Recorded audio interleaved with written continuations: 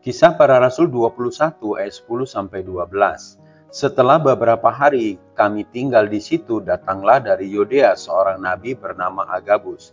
Ia datang pada kami lalu mengambil ikat pinggang Paulus sambil mengikat kaki dan tangannya sendiri.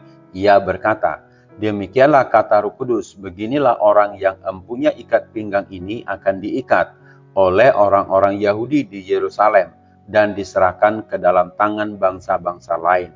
Mendengar itu, kami bersama-sama dengan murid-murid di tempat itu meminta supaya Paulus jangan pergi ke Yerusalem. Fungsi seorang nabi.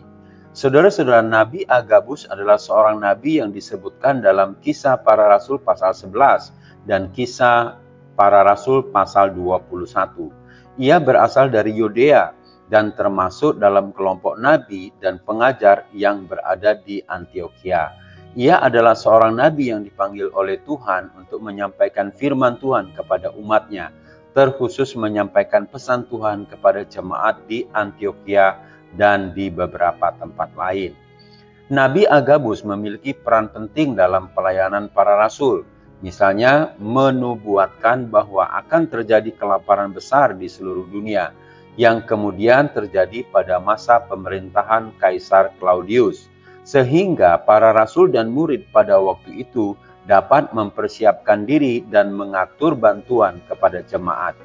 Selanjutnya, Agabus menubuatkan penangkapan Paulus oleh orang-orang Yahudi di Yerusalem dan diserahkan kepada orang-orang non-Yahudi dalam Kisah Para Rasul pasal 21. Seorang nabi sangat umum dalam PL sampai pada zaman rasul-rasul. Namun, gelar nabi dan rasul tidak ada lagi setelah itu. Sekarang jabatan itu diarahkan kepada gembala dan penginjil. Tidak lagi menyampaikan hal-hal yang berkenaan dengan ajaran baru, sebab firman Tuhan sudah lengkap. Alkitab sudah dikanonkan dengan istilah kanon tertutup. Sekarang tugas gembala dan penginjil memiliki peran penting untuk mengajarkan firman Allah sebagai tuntunan hidup jemaat yang digembalakan. Saudara-saudara, saya pernah membahas yang dimaksud dengan jemaat Tuhan adalah mereka yang diperoleh Allah melalui darah anaknya, yaitu darah Tuhan Yesus Kristus yang tercurah di Bukit Kalvari. Jadi, menjadi peringatan bagi para gembala bahwa jemaat yang digembalakan adalah kepunyaan Allah yang harus digembalakan dengan caranya Allah.